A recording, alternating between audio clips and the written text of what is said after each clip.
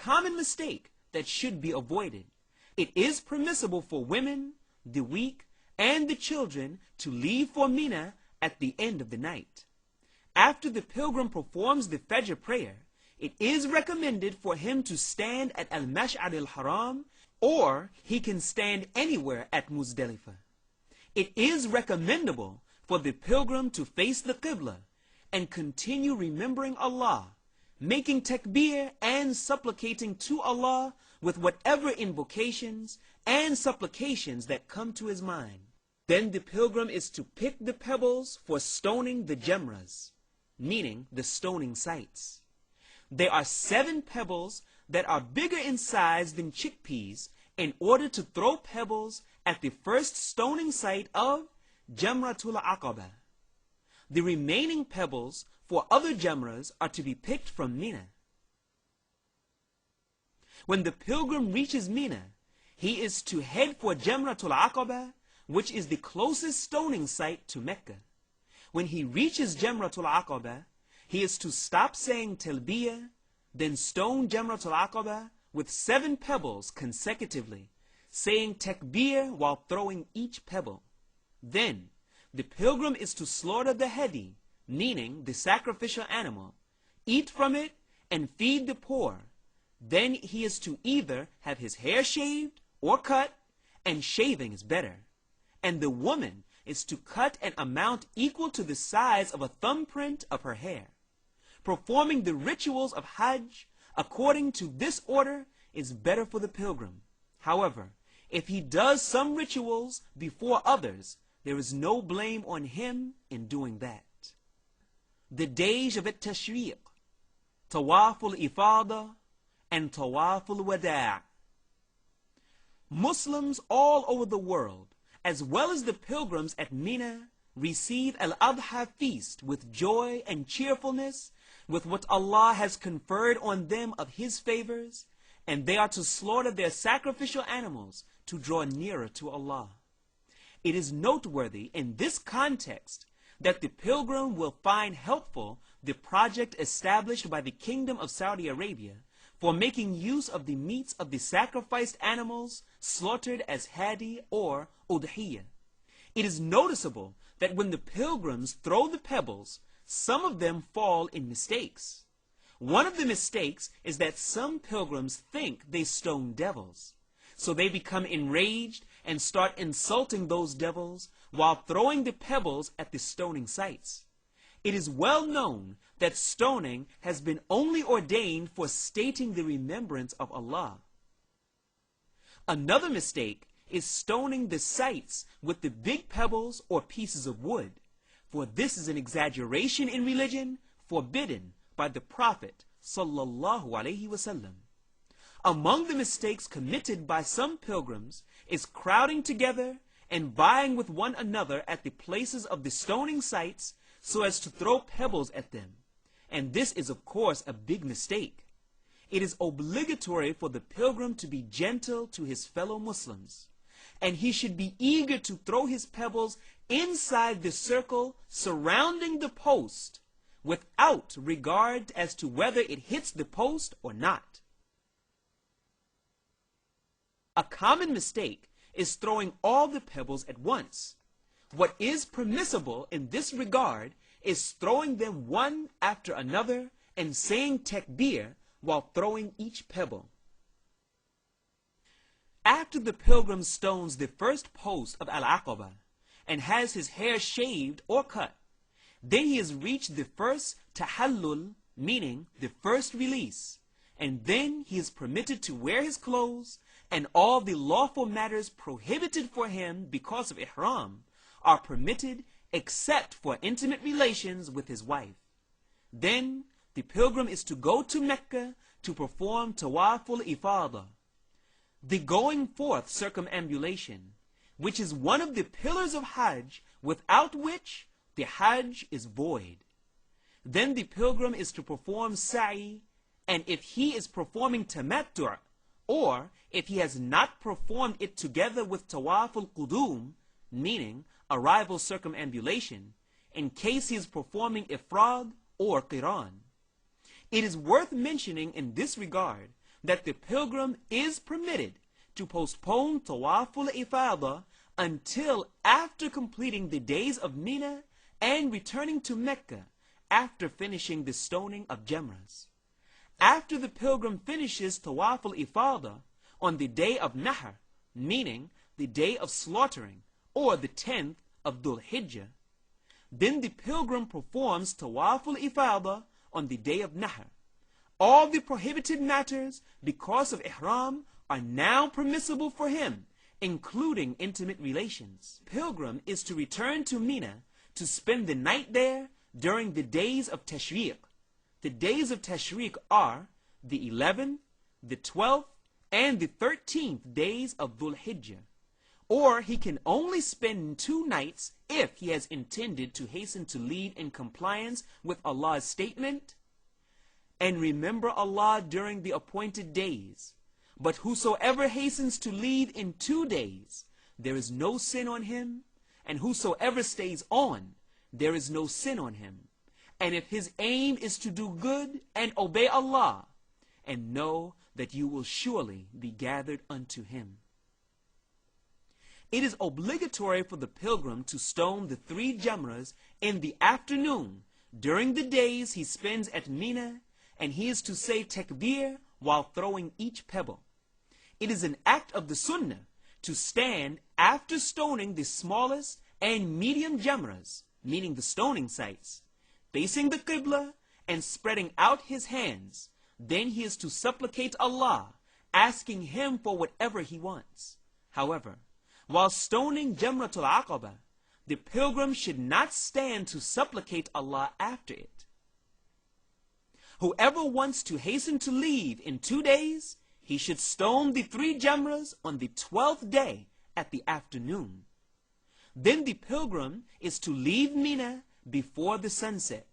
But if he remains at Mina after the sun sets, he should spend the night on the 13th day of Dhul Hijjah, unless he has intended to hasten. For in this case, he can leave and is not obligated to stay at Mina. Then the journey of Hajj proceeds to Mecca once again, so as to practice the farewell circumambulation around the sacred house, meaning Tawaful Wada'. And by doing that, the journey of Hajj is about to come to an end. After the multitudes of pilgrims finish the performance of the rituals of Hajj, the pillars, the obligations, and the recommendable actions, they consummate their rituals with the farewell circumambulation in compliance with the hadith in which the Prophet ﷺ states, "None of you should leave the sacred territories until he visits the house as his last action." Tawaful Wada' is the last of the obligations that the pilgrim should do directly before traveling back to his homeland. None is to be exonerated from the Tawaful Wada' except for the woman in a state of menstruation or postnatal bleeding.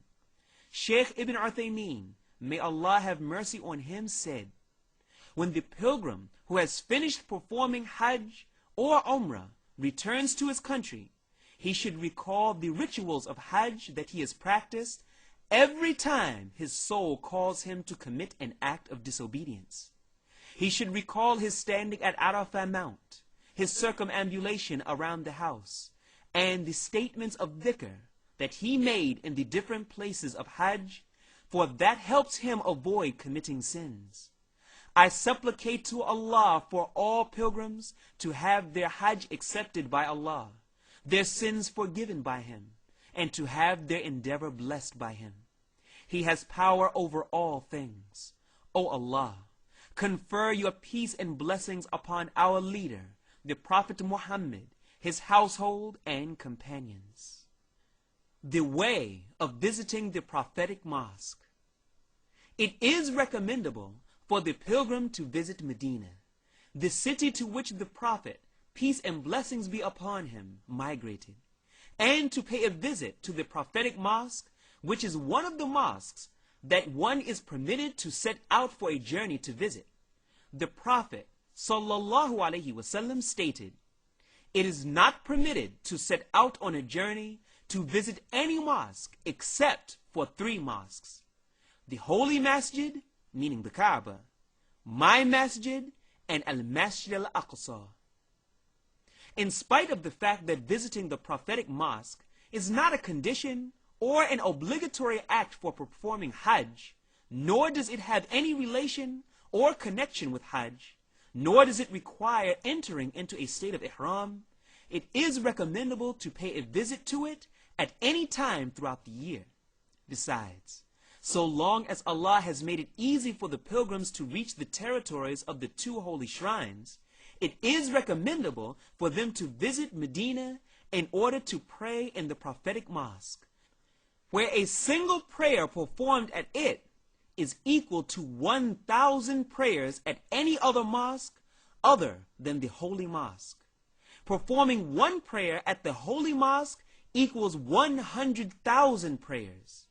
Then the pilgrim is to say, Assalamu alaikum, to Allah's messenger, peace and blessings be upon him.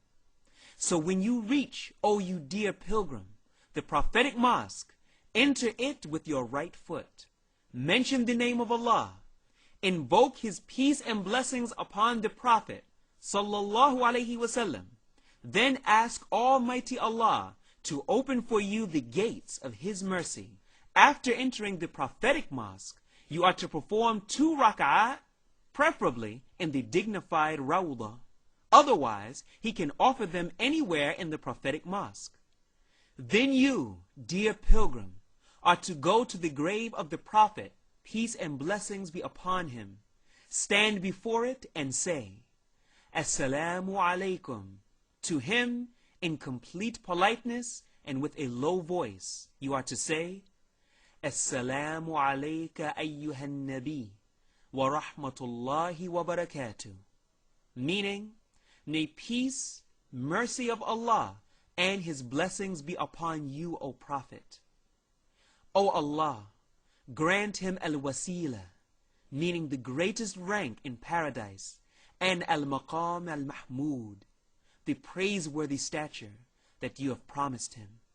O Allah, give him the best reward for delivering the message to this ummah. Then you should step a little to the right side to stand before the grave of Abu Bakr as-Siddiq, radiyallahu anhu. May Allah be pleased with him. Say, Assalamu alaikum to him, and ask Allah's mercy, forgiveness, and pleasure for him. Then step, O you dear pilgrim, a little to the right, and stand before the grave of Umar, radiyallahu anhu, and say, Assalamu alaikum to him, and ask Allah's mercy, forgiveness, and pleasure for him. It is recommendable for you, dear pilgrim, after that, to visit Al-Baqiyah. Al-Baqiyah is the cemetery in which there are the graves of many companions, including that of the 3rd Caliph of Islam, Uthman ibn Affan, radiyallahu anhu. May Allah be pleased with him. It is also recommendable for you, dear pilgrim, to visit the Mosque of Quba in a state of purity, as it is the first mosque built in Islam, and there it is recommendable for you to pray there, as the Prophet, peace and blessings be upon him, did that and exhorted the Muslims to do. There are no other mosques or places in Medina that are recommended to be visited after that. So one should not burden himself by visiting any other place for which there is no reward stated. Shaykh ibn Uthaymeen, may Allah have mercy upon him, said, when the pilgrim who has performed Hajj or Umrah returns to his country, he should recall the rituals of Hajj that he has practiced every time his soul calls him to commit an act of disobedience. He should recall his standing at Arafah Mount, his circumambulation around the house, and the statements of dhikr that he made in the different places of Hajj, for that helps him avoid committing sins. I supplicate to Allah for all pilgrims to have their Hajj accepted by Allah, their sins forgiven by him, and